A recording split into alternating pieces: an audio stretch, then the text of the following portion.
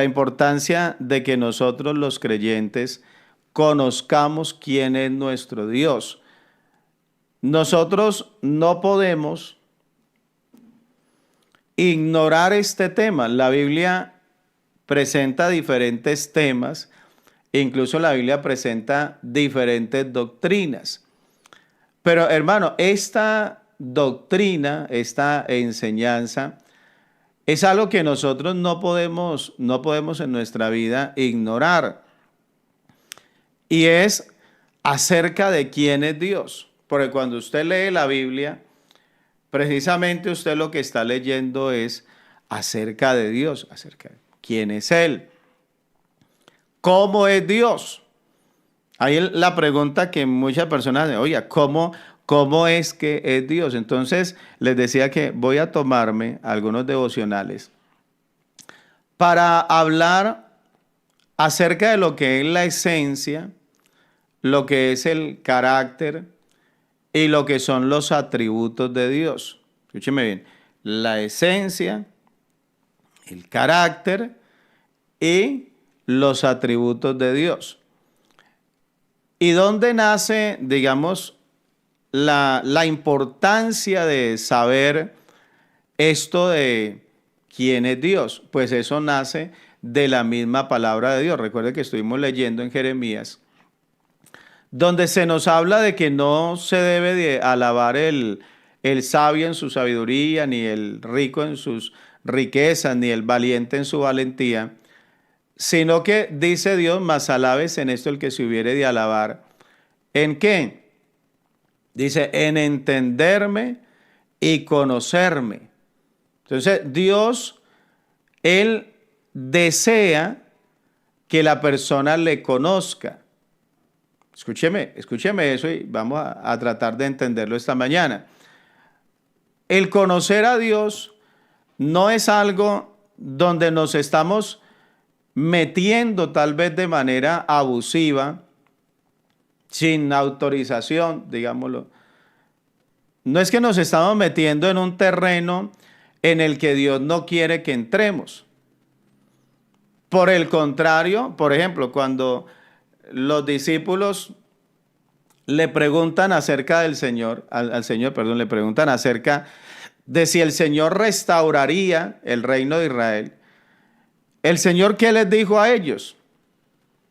Les dijo, no os toca a vosotros, bueno, les dejo allí el texto de Jeremías, les dijo, no os toca a vosotros saber los tiempos o las sazones que el Padre puso en su sola potestad. Yo debo de saber que hay cosas que Dios se las ha querido reservar. Y hermano, en esas cosas yo no tengo problema. Hay gente que quiere entrar y que quieren esculcar y que quieren sacar hermano, y si la Biblia no me dice, entonces yo me lo invento. No. La Biblia hay cosas que ha revelado, o en la Biblia hay cosas que se han revelado, que son las que Dios desea que yo conozca. Pero también la palabra de Dios es clara al decirnos que las cosas secretas le pertenecen a Jehová. Hay quienes pretenden saberlo todo y conocerlo. No, yo en eso no estoy, porque yo le decía a alguien esta mañana, se lo decía de manera muy respetuosa, yo no escribí la Biblia. O sea, yo no la escribí, yo no tengo por qué defenderla. Yo predico lo que la Biblia dice y la Biblia se defiende ya solita. Lo que yo debo, escúcheme esto, lo que yo debo de hacer es creer lo que la Biblia diga. Yo no puedo decir es que la Biblia se equivoca, pero que yo estoy en lo cierto. Sería muy necio, ¿cierto? Eso es necedad, pensar que yo sé más que la Biblia. Pero la Biblia, ella misma declara que hay cosas que son secretas, que solamente le pertenecen a Dios. Y que incluso hay cosas con las que la mente no es capaz, la mente del hombre no es capaz de comprender, no tiene esa habilidad, no tiene esa capacidad. ¿Sí ve? Porque nosotros somos seres finitos, somos seres mortales. Pero en el caso de Dios, pues Él nos excede en conocimiento y hay un conocimiento al que nosotros humanamente es imposible alcanzar. Pero lo que tiene que ver con Dios, hay algo maravilloso y es que Dios sí ha querido, escúcheme bien, Dios sí ha querido que el ser humano le conozca. O sea que cuando yo trato de conocer a Dios y cuando yo trato de entender a Dios, hermano, yo no me estoy metiendo en un terreno donde Dios no me quiera ver y donde Dios no me quiera tener. No, Dios, Él desea que yo le conozca. Amigo que está esta mañana aquí en el devocional, Dios desea que tú le conozcas. Por eso dice, así dijo Jehová, no se alabe el sabio en su sabiduría, ni el valiente en su valentía. Dice, bueno, ni en su valentía se alabe el valiente, ni el rico se alabe en sus riquezas. Pero mire lo que dice el verso siguiente.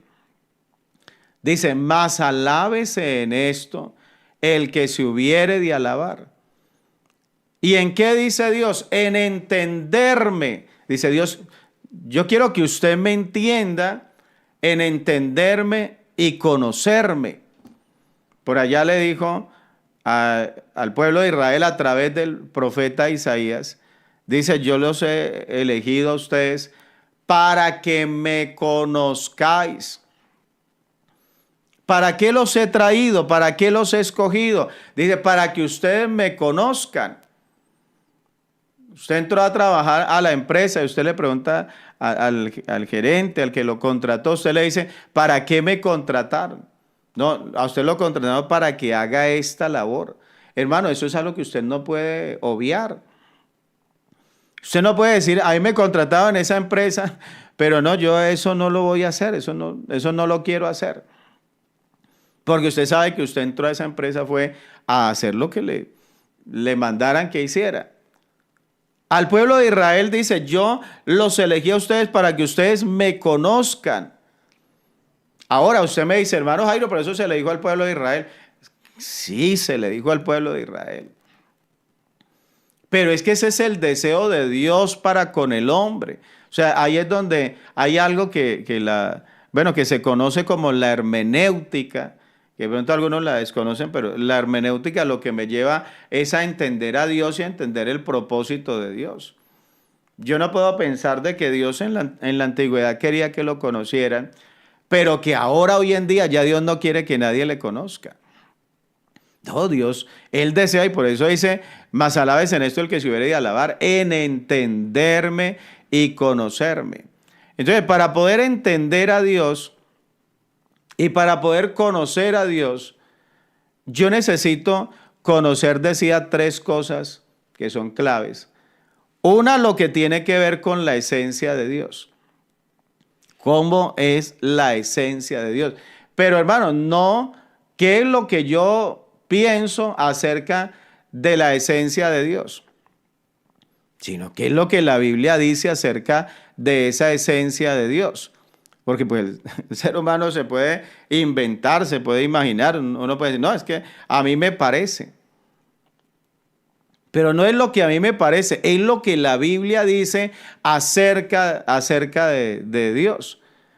Hay quienes muchas veces tratan de limitar, por eso la creencia, digamos, de los que creen en la Trinidad, ellos se inventaron una frase que es tres personas distintas, dicen tres personas, son personas, Dios son tres personas. Y usted dice, bueno, ¿dónde la Biblia dice que son personas? Incluso donde la Biblia dice que Dios es una persona. Pero él dice, no, yo entiendo que Dios son tres personas. Y la persona comienza a limitar a Dios. Y entonces, no, hay una persona aquí, hay otra persona acá y hay otra persona acá. Y cada quien tiene unos límites dimensionales, digámoslo así. Yo a ustedes les decía que alguna vez un pastor me llegó a decir cuando el bautismo, que para muchos es tan complicado entender que Jesús estaba siendo bautizado y se escuchó una voz en el cielo. Y yo les decía que alguna vez un pastor me decía, ¿acaso Jesús es ventrílogo? Me dijo así, dijo, ¿acaso Jesús es ventrílogo para estando aquí en la tierra hablar desde el cielo? En la mente de él, Dios no podía estar en dos lugares al tiempo. Mucho menos estarlo viendo acá en carne y también escucharlo desde el cielo. En la mente de él no es posible porque él le atribuye a Dios unas dimensiones, porque para él Dios son unas personas. Y no solo unas personas, unas personitas. Y usted me dice, hermano, pero un momento, ellos no creen que ellos son unas personitas. Les decía también que un teólogo de nuestro tiempo, él decía que Jesús no podía ser el Padre. Y decía, eso es muy fácil. ¿Por qué? Porque si Jesús fuera el Padre, cuando el Padre se vino, escuche eso, cuando se vino del cielo y dejó el trono solo, me dijo él, dijo, ¿usted sabe cuántas veces el diablo quiso sentarse en el trono? Entonces, si Dios está en la tierra, ya no puede estar en el cielo. Porque no es que, y si no está en el cielo, ¿quién le va a cuidar el trono? Tal vez, incluso, yo no sé si es que él cree que incluso los ángeles no son rival para el diablo. Y entonces no, pues imagine, los ángeles tampoco le van a poder cuidar el trono. Mire usted la mente finita del ser humano. La mente reducida del ser humano, tratando de reducir a Dios a la comprensión nuestra y a las limitaciones nuestras. ¿Y sabe por qué? Porque el ser humano sí posee dichas limitaciones. Yo no puedo estar aquí con ustedes en este momento y luego, y en el mismo momento que usted me vea y que no es que yo estoy en otro lugar. Yo no puedo hacerlo. No lo puedo hacer. Entonces, como yo no lo puedo hacer, hay gente que cree que Dios no lo puede hacer tampoco. Y por eso él me decía, ¿acaso Jesús es ventrílogo? Mire, Jesús está aquí hablando y el Papá está hablando en el cielo. Ese es otro. Y también, y el Espíritu Santo, ese es otro. ¿Sí? Entonces, eso es como yo pensar y yo decirle a usted que los que recibieron en el aposento alto el bautismo del Espíritu Santo, algunos dicen que fueron solo los discípulos, otros dicen que fueron los 120. Bueno, ahí la Biblia dice que habían 120, pero pues no hay como un texto donde diga literalmente 120 lo recibieron, pero bueno. Pero digamos que hayan sido 12 o hayan sido 120. No nos vamos a poner ahorita a discutir eso. Pero se les aparecieron lenguas repartidas como de fuego. Dice, asentándose sobre cada uno de ellos. ¿Qué significa eso? Que el Espíritu Santo entonces lo componen diferentes lenguas de fuego. Porque vea que en este se descargó una y en el otro otra y en el otro otra. Vea, el de allá también. Entonces, ¿qué significa? Que son diferentes, que hay 120 Espíritus Santos. Usted me dice, no, hermano Jairo, es ilógico, eso es absurdo. Yo le digo, claro, eso es absurdo. ¿Por qué razón? Porque aunque hayan diferentes, pero es el mismo Espíritu de Dios, es el Espíritu de Dios que lo está llenando todo. Entonces, ahí es donde yo necesito conocer algo que es la esencia de Dios. Entonces, cuando nosotros hablamos de la esencia de Dios, estamos hablando de lo que es Dios, digámoslo de esta manera, en su naturaleza más profunda e interior. Eso, cuando yo hablo de la esencia de Dios, estoy hablando de cuál es la naturaleza interna de Él. Alguna vez alguien me decía, tratando de hacer como una comparación con Dios, se me acabó el tiempo por acá, alguien me decía que Dios es como nosotros. Y él me dice, mire que el ser humano es espíritu, alma y cuerpo, 3. Dice, así es Dios, Padre, Hijo y Espíritu Santo. Y a él le pareció muy bonita la comparación. Sí, yo soy espíritu, alma y cuerpo. Yo le decía, yo soy espíritu, alma y cuerpo, pero yo no soy tres personas distintas. Y de una vez él ya él iba a decirme, así es Dios, tres personas. Yo le decía, yo soy espíritu, alma y cuerpo, pero yo no soy tres personas distintas. El problema es que en el caso de Dios, usted no puede decir, Dios es espíritu, alma y cuerpo. No lo puede decir de él. Él en esencia, la Biblia dice que Dios, Él es espíritu. Ahora, Dios se manifestó en carne, tomó cuerpo, sí, eso es verdad, pero la esencia de Dios, o sea, antes de que Dios se manifestara en carne, la Biblia no habla de que Dios fuera espíritu, alma y cuerpo. La Biblia mía no lo dice. Entonces, Dios como tal, la esencia, cuando yo hablo de la esencia, estoy hablando de lo que es Dios. Y la Biblia dice, voy a dejarle solo con este texto porque ya el tiempo mío se acabó. Usted dice, hermano Jairo, ¿y cómo hago para seguir escuchando? Mañana seguimos. Usted mañana se levanta tempranito como lo hizo hoy, se prepara un delicioso café colombiano. Si usted está en Colombia le queda más fácil, si está en el extranjero, busque un café colombiano. El café colombiano es muy rico. Aunque por ahí estarán los de Brasil. Hermanos de Brasil, usted dice, hermano Jairo, ¿usted por qué dice que el café de Colombia, el café brasilero es más bonito? Es más rico, digámoslo. Bueno, entonces tome un café. Si está en Brasil o si le llegó café del Brasil, tómelo, que también es muy rico. Pero se prepara un delicioso café y se levanta a las 6 de la mañana y aquí mañana continuamos. Juan capítulo 4, el verso 24. Miren lo que dice acerca de Dios. Dios es espíritu. Algunos quieren corregir este texto porque ese es un singular. Dios es espíritu. Y a algunos entonces no les agrada porque no les cabe lo de tres personas.